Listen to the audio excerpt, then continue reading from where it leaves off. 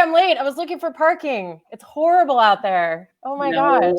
There's so much parking right now. There's so much parking right now. It's crazy. Oh man. Hey ladies, good to see you. You too. Sorry, one that we're running a little late. Sorry, friend. Yeah. You know, look, technology, it's a thing. It's a thing. Thought I was doing it, you know, the way I should. Now I'm sharing this feed to my page. So what's new? Dude, technology, it's crazy. Right? Sara Pilchman, what's up? Hi, what is up? I am drinking all of my alcohol, hanging out in the back. Yeah, cheers. Thanks for meeting us for a drink. Yay! Oh, yeah. Literally anytime. Right? Forever. Yeah. But you're doing a little garden patio. You can see all these plants. I'm hanging out with some beer from 10 Mile. And then nice. Some wine. Yeah. Just finishing this guy. Nice. Good job. Yeah. Solid. I like it. You guys. Let's see. I'm just going to pop over and see if I can share this real quick. Everything's going good. I'm having a little rosé, rosé all day. But I have this cool vintage glass I got. It says Western Shrine Convention, 1965, Long Beach, California. Oh. So awesome. I decided to pick the different cups and mugs that would go with my different alcohols. So I've got my beer, and then this is going to be my wine, and I'm ready because this is almost out. You're double fisting. There we go. Oh, yeah. Well, we're getting close to it. We're not quite there, but we're pretty close. Any minute now, you're going to be double fisting. It's kind of like when it's, you know what I mean? It's like when it's 10 minutes to the end of happy hour, and you're like, we would all like to order 2 more rounds, please. Right? Am I right? Yeah. Don't talk to me like you know my experience. Don't talk to me like you've been to 4th Street Vine with me 7 times. No, I don't think so. But where we've done happy hour, Sara Pilchman? Just your place. Well, we've been to Eleanor together, I think, right? Well, of course we have, yes, because Eleanor is one of our favorite drinkeries. It's a common drink. It's a common drinkery for uncommon people, right? Is that right? No, it's an uncommon drinkery for common people. I knew it was something like that. More common than us. I mean, hey, you know. I mean, uncommon people are definitely part of what makes it awesome. Yes. Mm-hmm. I'm definitely missing a meeting for a drink. So it's one of my favorite things to do is be like, hey, can you meet me for a drink? I love I love meeting for coffee. I love going to Portfolio. I love just hanging out and talking. So yeah, I guess liquid consumption is just, look, Susan sees us. Hi, Susan. Okay. It's all working. Let me just put your titles on here now. Cause I'm the tech person. Can't you tell? Yeah. Let's say my title is Lady Sara Pilchman. It should be. I like that, Lady Sara Pilchman. For sure. A lot of people call me Miss Sarah. People call you Miss Sara? Like it just so many people just go up and they're like, I don't know, they just call me Miss Sara. It's everyone. No, I 100% call you Sara Pilchman every time I see you. That's the right way to do it. Yeah. It's interesting how some people we include their last name and some people we don't, or some people, I guess the sports thing is why a lot of guys call each other by a last name. Because of sports. Heather Kern is definitely one of those. Jersey is for sure. What were you saying, Sara? Heather Kern is it rolls off the tongue, doesn't it? You have to say the full name too. You can't just say, oh yeah, it's Heather. No, that's not how it works. I think it's the same with Sara Pilchman. Yeah. Well, because I always like to go this is Sara Pilchman. She's a ceramicist. She makes tiny pots, right? When I used to teach more, I would always tell my students my name is Sara, like ceramics, in case you forget. Oh Oh, my I like God, that's great. That's so awesome. No, that's awesome. Yeah. What aren't there other names for like what you do? Like a ceramer? Is that a word? A ceramer? No, that's not a word. It's not. Well, so I mean, some people say ceramist, and I hate that, and yeah. because I don't make ceram, I make ceramic. So I'm a You ceram. don't make ceram. That's I don't funny. make ceram. But but my roommate is in the other room just being funny. Yeah, potter. Like I'm a potter. Some ceramicists are not. Like if you're a sculptor, you're not necessarily a potter, but you're both ceramicists. So Okay. yeah. So you're both, right? You're a ceramicist and a potter. Is that right? Yes. I'm Okay. not really a sculptor, but I mean we could lie and say that I am. But maybe like after like a bottle of rum, you might be into sculpting something. Listen, are you talking about me last night? Because that got a little messy. Maybe. I mean, I wasn't there. I have no idea. No. The burning question is the scene in Ghost. Have you experienced it? I had to put my drink down for that. Okay. I used to teach a class at Clay on First for years and years called Toast to Ghost. And we would reenact that scene. We would get everyone trashed first because you have to be. It's horrible. Also, the movie. Is it really horrible? Is it horrible though? Because I think it would be awesome. I think it'd be awesome. Horrible. It's just because that is the one reference people have. Except now, younger generations have Community because there's that one really good scene in Community. Oh my gosh. Those will have to watch if you haven't seen. I'm gonna have to revisit that for sure. I haven't watched Community in a long time, but that was such a great show. It's really good. I never watched it. Yeah. You never watched it? I never watched it. Oh my gosh. So good. But I used to watch The Soup. Oh, nice. With Joel McHale. Yeah, so good. And he's very funny. And now he's doing like a Tiger King kind of. He did the last like the wrap up, the revisit episode of Tiger King. And it was totally from home because he did it like last week or whatever. So yeah, it's like him in his living room, like us, like just totally from home. And like video chatting with all the different people from Tiger King. It was unexpected. I can't say that I was like super excited about it. Certainly not as excited as watching the train wreck that is Tiger King. I mean, can we all agree? No, you couldn't. I believe it. No, I watched the episode. I honestly like felt bad for the animals. Yeah, me too. Yeah, 100%. Yeah, I can do it. But I feel like there are so many memes and everything. It's like so culturally relevant. I feel like I've seen it all anyway. So right, not at a loss. That's the thing with something like Tiger King that just takes over in such a flash, like such a tidal wave that you really don't even, I feel like you don't even have to watch it because you just like read all the comments and watch all the memes pop up, right? And then you're like, I feel like I'm done. I mean, I admittedly did push through it. And every episode I was like, that's what I've heard. People don't like this? Oh my God. Yeah. So I haven't finished it because I'm having a hard time. So the only way I'm getting through it, Sarah, is that I maybe Carol, but Joe is saying Carol killed her husband. That's a popular sentiment. But the only way I could get through it is like I second screened. I like played my Words with Friends while it was on. So like if I could hear it and not watch it, it was a little better to like. I don't know. It's so even worth watching. Even when we do the cats that are available for adoption on the morning news, I'm like, I gotta leave the room. Yeah, I can't do it with it. I'm like, la, la, la, la, because I can't. You can't. It's like it's so like your heart. It's like you get this mental image, and you just feel so bad, and then there's like hardly anything you can do. But I try to remind myself that, at least with those morning things, that most of the pets get adopted from that. So it's a good thing. Right. Speaking of, like, how crazy is it that all the animal shelters are getting cleared out right now? All of them. Yeah. I was thinking that it might partially be because there's less strays.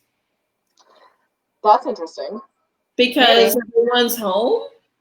Yeah. They're not leaving their gate open accidentally. The dog's content to stay there. And then I'm sure people are wanting pets right now. And then you see on another animal thread, you see all the animals like returning to, like, I saw a picture yesterday of buffalo on the sand at the beach at Catalina. I saw that too. Yeah. Which is amazing. But what happens when we go back? Are they going to start getting hurt because there's more roadkill because now they're where they shouldn't be? Or I'm thinking like, I'm such a scaredy cat. Like, I'm not going hiking in the surrounding mountains because I'm fucking afraid of mountain lions. Seriously. Are they going to now be closer to the trail? Yeah. Yeah. Probably. They for sure are going to be. They're sending out a scout looking for the humans that are coming back, and they're just going to be like, the humans are back. Either we attack or we let them like take over. I mean, it could seriously get ugly with the mountain lions. Okay, well, here's something I read about or listened to. Here's a little tip for you. Nice, Sarah. Thank you. I'm just gonna sidebar here and say I love wine in mugs. So solid. I'm drinking out of a glass. I don't like drinking wine out of wine glasses. I like drinking out of like a glass. This is a juice glass, I believe.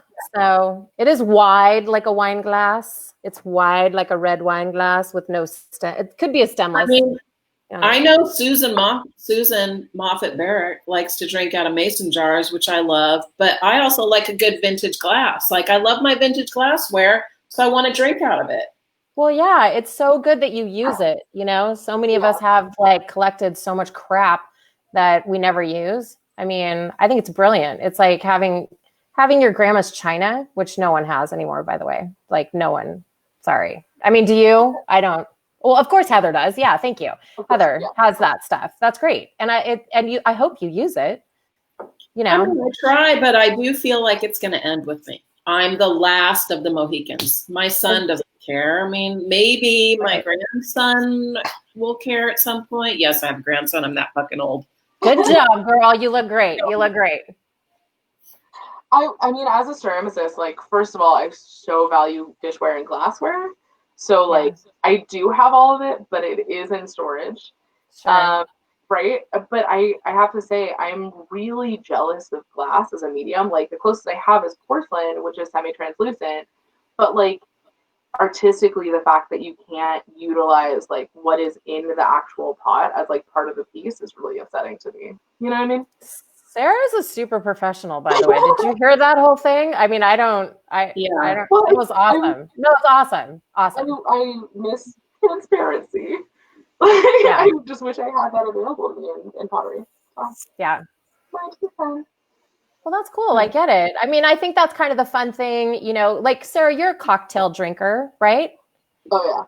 I mean, maybe once or twice. So I'm guessing you appreciate, I love you, girl. I'm guessing you appreciate the sound of like ice cubes on a glass also, which you probably, like, that's kind of one of the nice things about having a cocktail or any drink with ice cubes, I guess, but I'm just like naturally lean towards cocktails, as Sarah Pilchman probably does as well. And but I mean, you love that. That's the sound of glass also, you know, and that's a nice thing. I really appreciate, like, when a bartender or a bar, like, really takes their drinkware seriously. Like, Heather, you're a tiki person. Like, how good is it to get, like, a tiki glass, right? There's something hugely different about that. And then, like, you know, I used to, when Cielo still existed, they served cocktails out of some of my cups, and it's like, I know in the morning. But like, they had one special drink that came in my cup, and it's like so cool, like, just the difference. So I so value that in a bar. Yeah. Sarah, you did something that I thought was so clever and so creative over the holidays regarding cocktails.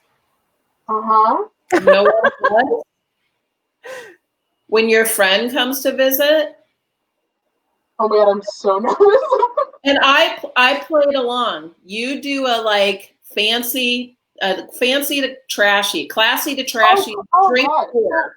Tell everyone about that, because I think everyone needs to do this. It's the best thing. Okay, so it's around the holidays because it's for my best friend's birthday, which is December 23rd. So we usually do it on like the 27th. But so we do a bar crawl. We've done it for the last 9 years. It's classy to trashy. So we always used to start at one of our friends worked at I can't even remember the name of it, but it closed, and it's the place in Marina Pacifica that was really nice. Shoot, I'm not gonna be able to think. Tell everyone about that, because I think everyone needs to do this. Hang on, sorry. All right. Anyway, so we started a really nice place. Last year we started at Queen Mary. So where my dad works. So we started there, and then we just hit as many bars as we can, and just get trashier and trashier as we go. So by the end, we try and go to like a dive bar, but we usually don't. We usually make it to like a middle ground where it's still pretty nice. And then last call is always Denny's. So, and that's usually like 3 a.m. Nice. That's solid. It's very messy and very fun.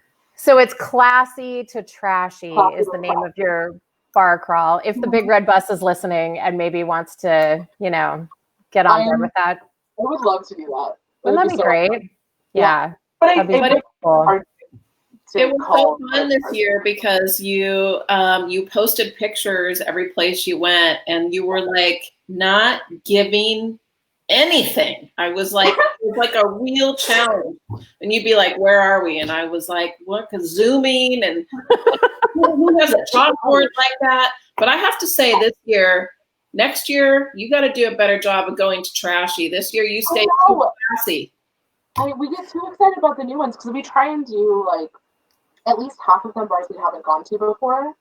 And after 9 years, like it's usually just the kind of classier bars that we haven't gone to. So like we were planning on going to the Reef, and then we actually ended up skipping that one to go to Maya. We went to Maya. So we started at Queen Mary, Maya, and then just made our way downtown basically. Do you always start at the Queen because your dad works there? No, okay. but it is like a lot of people, when you were asking where to start, I think a lot of people said that was a good place to start. Yeah, because we always want suggestions. And my Long Beach drink buddy, who's also a ceramicist, it's Johnny Ballure, who's a tiki maker. He gave us basically a lot of the list this year. So the Reef was his wedding venue, so that was a suggestion too. But yeah, it's there are some that we just love so much that we keep going back to. So like when we get to Congregation, it's like our snack bar. So nice. Yeah. Nice. So you also end with food. Mm-hmm. And where did you? Yeah. What's your favorite trashy end of the night after drinking diner? Because I mean, you guys are younger than me, and Keri wasn't always in Long Beach, but when I was younger, we had so many more late night options that are just like, I used to work at the Shore House Cafe that was on 2nd Street, 24 hours, RIP. And then there was a Hofs Hut on 2nd PCH used to be open 24 hours. Oh my gosh. We used to go to this place called the Bright Spot on Walnut in Anaheim, but they were open. So like all us white people would come in like at 2:00 in the morning. These Mexicans were like, what's going on? These people are high. Yeah. And you're like, we need hash browns all around. Yeah. Well, no, this is a Mexican place. So it'd be just tacos, burritos, whatever. But there's not as many late night places, is my point. So where do you go? Roscoe's, right? Oh, Roscoe's.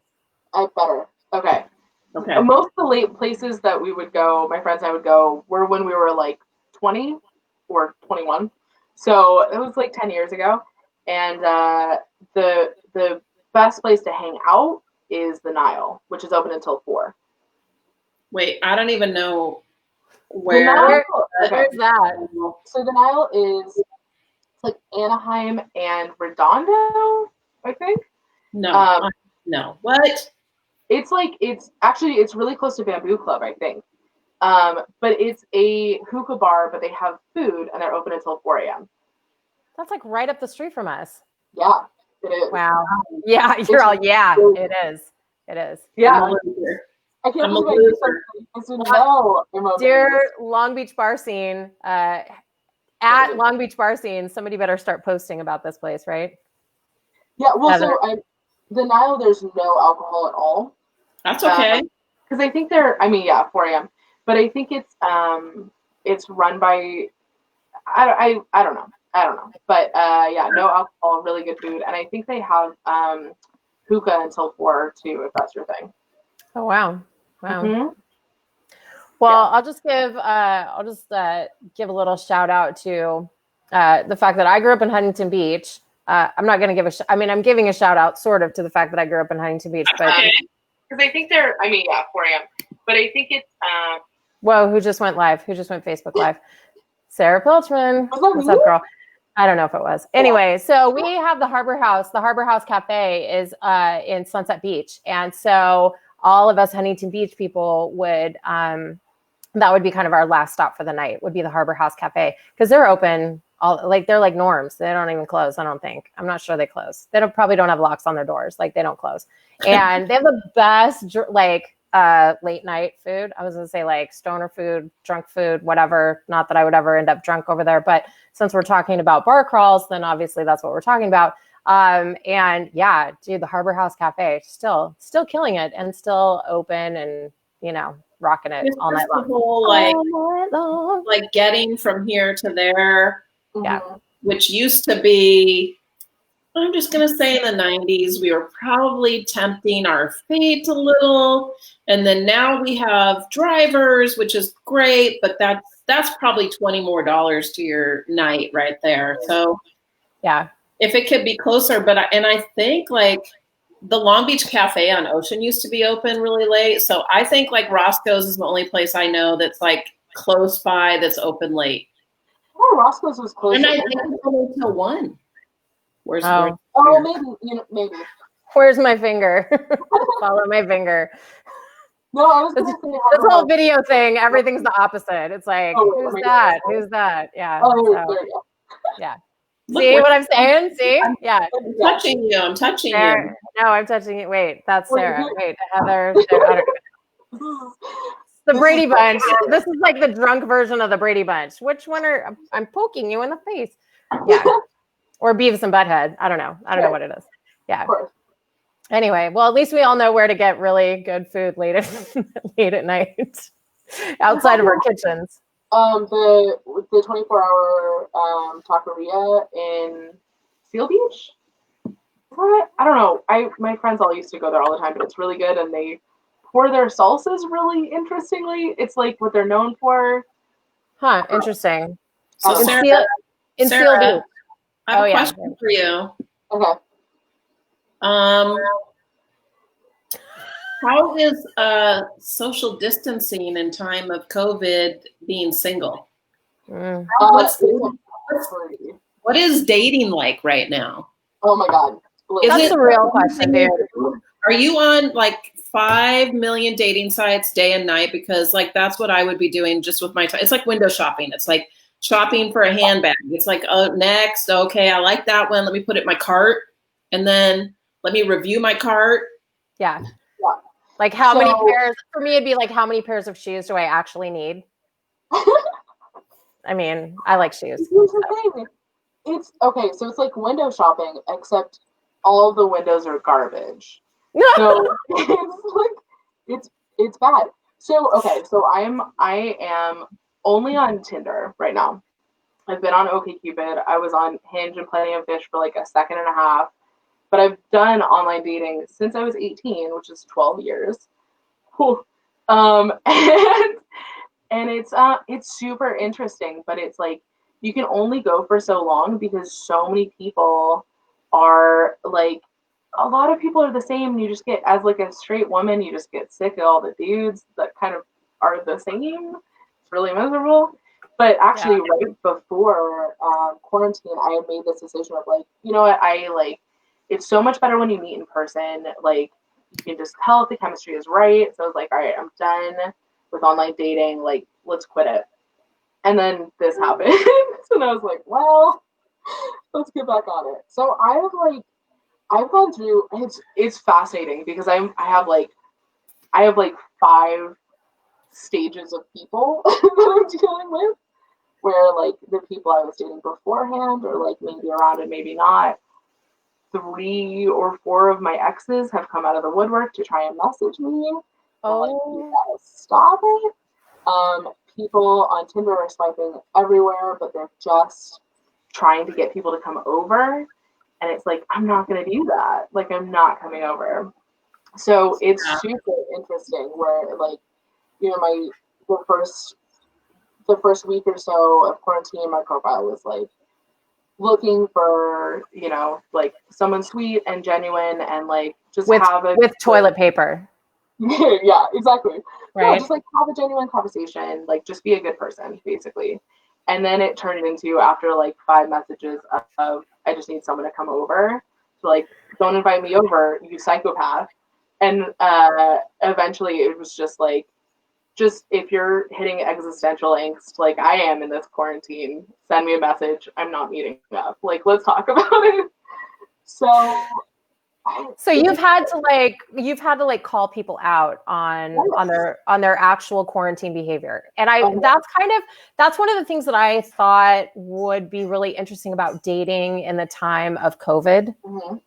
Not that I'm naming a book for future, but I obviously am. Yeah. So called that. Yeah. Right. The time of COVID.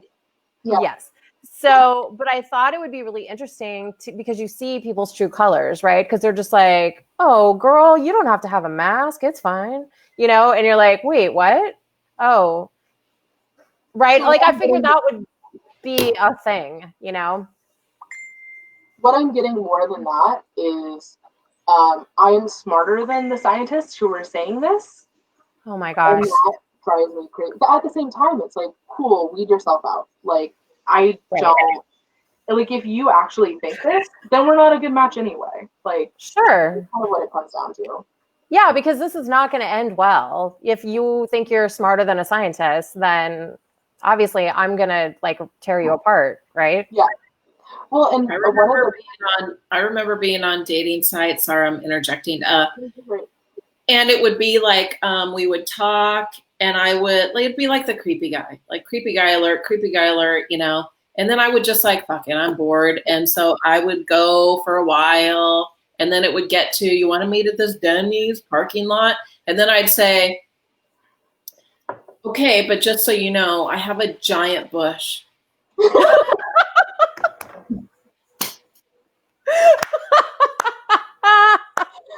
And I'm adopting that. I mean, most of the time they can give a fuck. They literally could give a fuck. And then the other thing is, when it would get down to it, I would say, I'm so sorry, but all those serial killers and rapists have ruined it. I'm not meeting you. Yeah. But I would just go ahead and let it go for a while before I said one way or the other, because, you know, it was like, I knew from the get I wasn't going to be going. And it was one time, though, there was a guy I talked to for quite a while, and it turned out he was in the building next door. No way.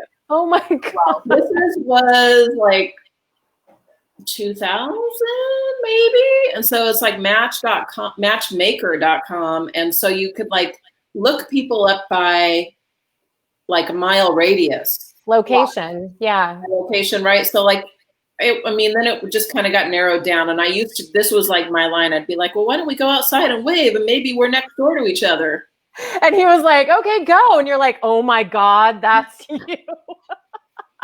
I had an amazing That's one. awesome. In, like Westminster, my ex lived on one side of the street, and the second date I went on with someone else, his apartment was across the street from my ex. That's so funny. In like a totally different city. Crazy. That's so interesting. Yeah, I was definitely wondering how, like, if I'm assuming you kind of have like a standard questionnaire, right? Sara Pilchman, when you're dating someone, when you're like speed dating, swiping, doing whatever you do, whatever the kids are doing these days, right? I'm guessing you have kind of a standard questionnaire for dating. And I'm wondering how it changed based on like what quarantine dating questionnaire looks like versus pre-quarantine dating questionnaire, right? Like, is that, well, I kind of don't. I don't really have a line of questioning. It's more just like, it's pretty fast. Like if you can tell, if someone can have a conversation, ask interesting questions, like knows how to engage versus like So someone it's just sent me a normal. So it's just normal dating. It's just normal dating. I Like think you're kind of either, yeah, you're either like an idiot or, you know, you either go in like the I want to just like do it category. Like you either have like guys I just want to like hook up with, or like you have guys that are like, yeah, you seem to be worth like a third conversation, right? so it's now that I've hit 30 last month.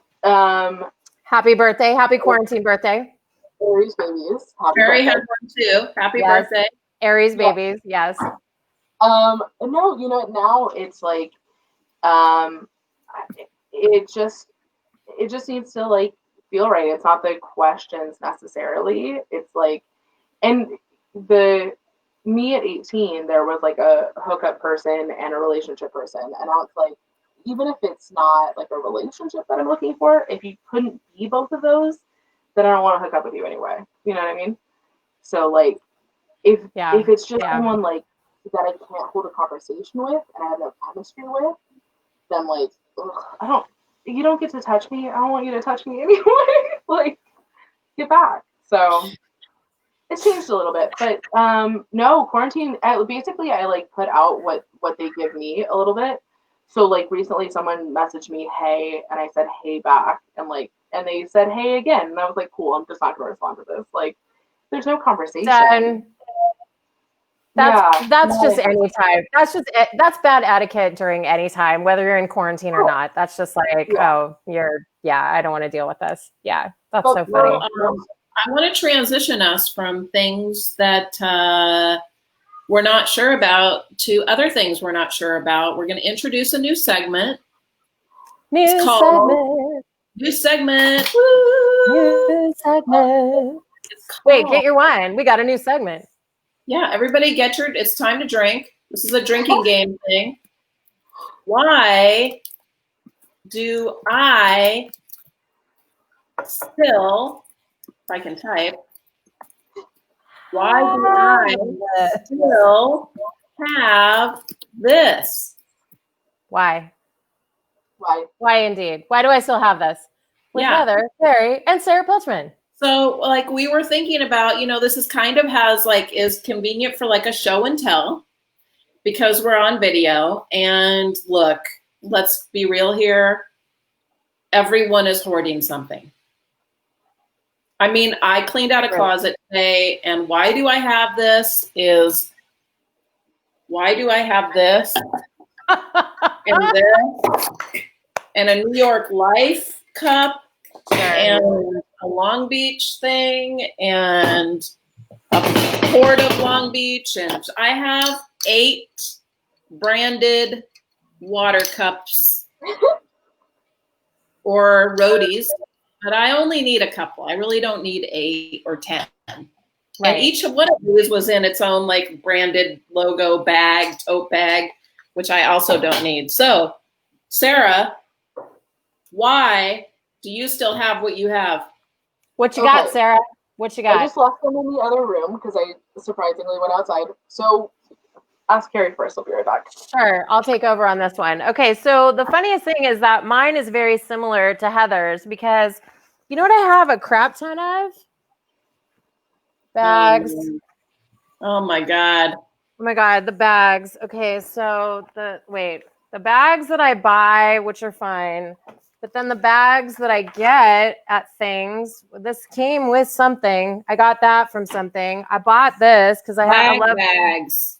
But I mean, like the swag bags, yeah, like this is a great bag. I'll tell you this. And it's from a women's conference that I went to many years ago. And it's awesome because it's actually like a canvas. It's a tote. Well, that makes sense. That's why you still have it. But why do you have the one from the nonprofit that you're never gonna like? Why? The 38 bags that I have in the back of my car that I think I'm going to use for groceries when I never use them for groceries because I only use the 5 bags. 5. I have 4 that I like. And I mean, I'm not saying that people shouldn't be giving out bags. I'm just saying, like, everybody's going to be giving, like, Heather, with your branded water bottles. Like, people want to give out branded stuff, right? And I get that. I just don't need it to remember my experience. You know what I mean? Like, I don't need a bag unless it comes with a bunch of other awesome shit inside of it. I don't need a bag. Like, so, because I have plenty. So I'm cleaning out my bags. And I don't know why I still have lots of them, but because I don't know where to put them. I don't know if to put them in the recycle bin.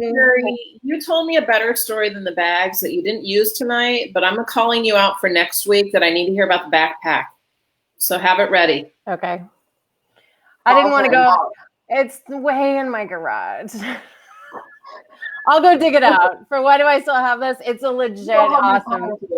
It's a legit awesome story. It would take me so long to go back to my garage, which might as well be in Utah. You know. All right, let's hear what Sara has. Okay, Sara, bust it out, girl. So I've got 3 things, but they kind of all make sense together. They don't. This does not make sense with anything. So what? Yeah, I don't know. I got Pokemon toy something. I got it for free at 7-Eleven, and I have 2 baby nephews. I was like, they could have this. They don't need more toys. No one needs this. Why do I have this? But I also, like, I hate just throwing things away. So I don't know. I'm in a buy nothing group Okay, that one I have a solution for. Toys for Tots at Christmas time. Put it in one of those bins. Yeah. All right.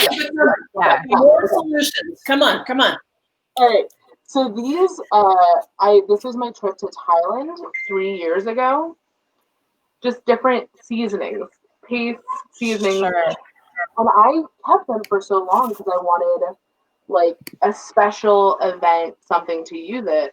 Except this one expires in 2017 and 2016. Nice. Yes. Yeah. And, like, I feel like maybe it's time to trash these. So there's that. Okay, and then last one. I also got this from Thailand. Okay. Okay. Oh my God, is that fringe? Is it fringe on the t-shirt? Awesome. So it's like big but small because it's sewn in here. It's a crop top that I got from Thailand, and it's like just a tiny bit small for me. But it's a fringe crop top. First of all, fringe. Why did I buy it? Second of all, I've never worn this. When could I ever wear this? Never. And you still have it. You were really hot and sweaty because it's fucking humid as shit in Thailand. And you were like, oh, this will be great for my beachy. It's like white women with the braids when they're on exotic vacations. Yeah. I still kind of love it. But I can never wear it. I can't imagine it's like covering your entire front. It's not great. Like, I mean, I could put it on. Like, it's a really big head on a fringe shirt. Put it on for us. Is that what are you offering to fashion show for us? Let me put it on. Girl, do it. I love it. But it's like it's sewn in so tight. Okay, look away. All right. Sure. No one's looking. No one's looking. I'm not looking. No. I'm all what? What? What's happening? But Here. Talk amongst yourselves. Sure. No, this is great. We should. So this is. Oh my God, that fringe is so awesome. That fringe is on point. Oh my God. Also, Sara, that looks radical. I mean, I mean, the fringe that's gorgeous. I don't know. I mean, I obviously know.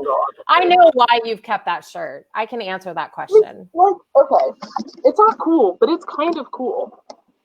Dude, it's cool. I mean, I kind of like it. I'm not gonna lie, I kind of like it. But is there like numbers all over his face? Is that like a famous portrait I'm supposed to know about? Is it like from something that's hanging in the Louvre and I look like an idiot right now because I have no idea? That's how I felt. I'm like, wait, this has to be dots. Is it connected? No, I don't think so. I think it's like Oh God, he's really in there. I think of the it's brain. probably a Da Vinci because Da Vinci used a lot of numbers and it kind of looks like Da Vinci. I think it's like an illustrated, like a scientific diagram of some kind. But I mean, I was an art history major. I definitely don't recognize it, so I wouldn't feel bad. But now this lives on me. Look at this fringe. I can't get that off. That fringe is pretty solid, though. You have to say. I mean, I can understand why you haven't gotten rid of it. It makes me. Yeah, Keri, I have a question. Makes me. Keri, go ahead. Have you ever? This is like a drinking game. Have you ever worn a fringe T-shirt to an event? The answer to that, Heather Kern, is yeah, for sure. Totally. So what band? One T-shirt was a Def Leppard. What I need to know. So, it's hard to say because there's actually quite a few. But oh my God. You know, I used to be a lot cooler than I am now. And I used to be a lot more of a hippie than I am now. And I would definitely get a lot of shirts and I would like tear them up. You know, a lot of band shirts. There's a lot of band shirts. Yeah. That's what you typically like tear and fringe, right? Sure, because you don't worry about, because back in the day, I mean, I'm in my 40s, back in the day when you got band shirts, you never thought to keep them like they were going to be worth $75. Oh my God, there's a dog sleeping right there. Did you see that? Oh yeah. Sorry, my Hey Pig. Hi Pig. Hey Pig. Little I know. This is my nice dog. She's very sweet. Oh my gosh. She's much better than me. So cute. Pig looks so cute. She's a great dog. All right. Hey, Sarah, I'm going to ask you a question since it's just me and you. Okay. So here's a fun thing because I think you've had a lot of jobs. I know you've had a lot of jobs. Mm-hmm. What do you think do you think there's a job that you would be actually like really terrible at? Like if you had, what's a job that you would be actually terrible at? Any kind of healthcare, nursing, anything. I can't deal with bodily fluids. I can't. Oh my gosh. I can't deal with like taking care of people. Oh, that's not bad. That's not bad. So Heather, I just asked Sarah what job she would be terrible at, and she said being a nurse. So. Horrible. I mean, let's applaud all of the frontline workers. Absolutely. Of course, yes. It's a difficult job. I mean, I think we all would like to think that we can definitely that if we given the need, we could step up and take care of our loved ones. And it's kind of weird. I feel like it would be easier to take care of a stranger than someone I am close to, as far as like all of the nitty gritty, icky parts of doing that. But there's a lot of icky parts, and I'll have to say that I have quite a few friends that are nurses, and I had a friend of mine who's a nurse tell me just like in the last couple of days, she's like, I don't need your applause. It's just what I do. Yeah. Well, I mean, I'm still going to applaud. Don't get me wrong. And I'm still going to call them out for being fucking awesome because I'm sitting at home like, which mask should I put on that my hair looks good in? You know what I mean? Like, do I go around the ear? Does this turquoise match my shirt? You know, whatever. And these amazing human beings are going to work every day and dealing with all like bodily fluids up to here, you know, and not even questioning more than the icky part. They're like holding people's hands when they can't be with their loved ones.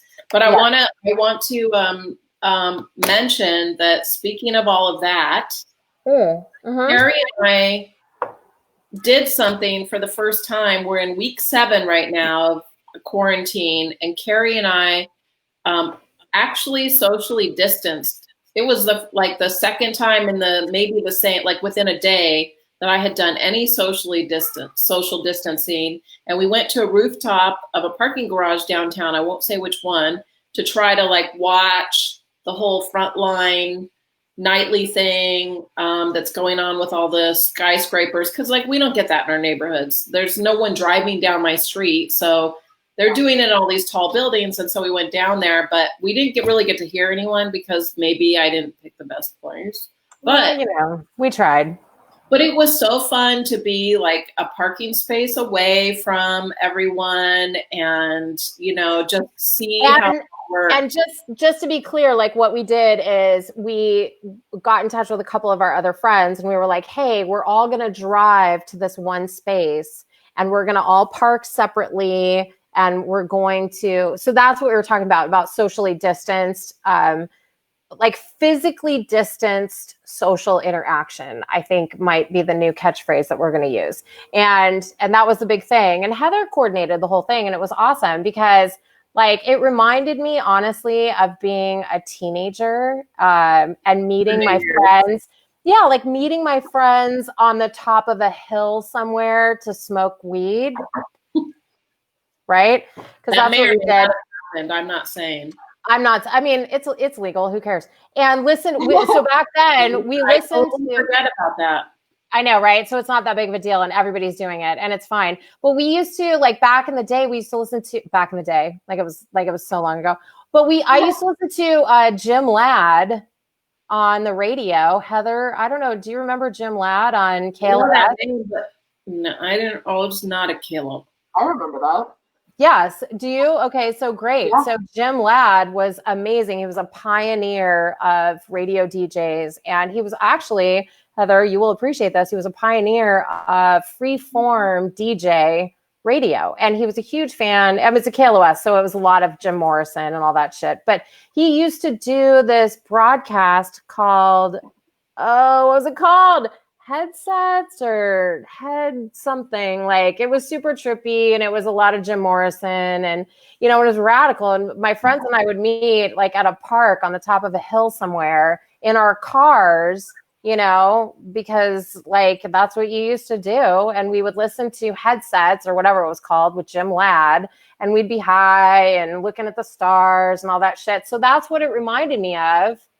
Yeah. Sarah, can you date that way? You guys just like go next to a park and watch the submarine races in Signal Hill, and which that's like a whole thing from the 50s. Not that I was around the 50s, but that's what they used to call it. They'd be like, let's go to Signal Hill and watch the submarine races, which is like Long Beach lookout point. Yeah, I found my thrill. But could you like park next to another car and kind of, do whatever you like and be next to each other without physically getting together? It's kind of sexy. I mean, yeah. If you could, I'm gonna say no, right? With. No. I don't know if sexy is the thing, but abstinence is a little sexy, I guess. Like. It's true. I talked to a single friend today and she was like, it's been this long. And I was like, but just think about how horny everyone's going to be when this is over. Boy, that's true. That's a whole thing, right? Everyone's going to be ripe for the picking. We're all going to have the worst hair ever.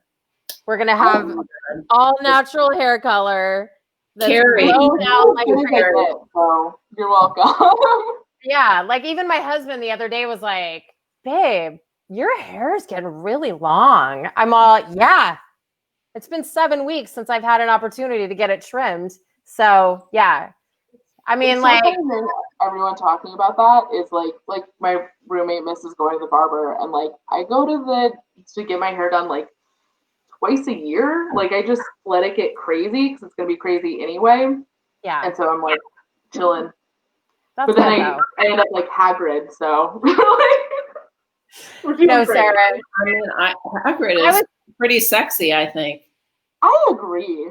I was thinking a lot more like Lady Godiva, Sarah. So don't worry about it. Oh, yeah. Sure, girl. I got you. All right, Sarah. Before we check out, I want to give you an opportunity. Like, where can people find you? Okay. How can we help you support you? Yeah, so you were well. I would show you, but you're currently on a stacked box, maybe 500 pots full of tiny pots. Yeah. So Where can people find them? so the best places made by Millworks, of course, my first retailer. But you guys are. I don't think you're selling them online right now, but get a I will work on it this week. Great. Recircle Home is doing some boxes. I'm actually at about 60 retailers now across the country. But Recircle Home is great. Better Half Boutique in Bixby Knowles.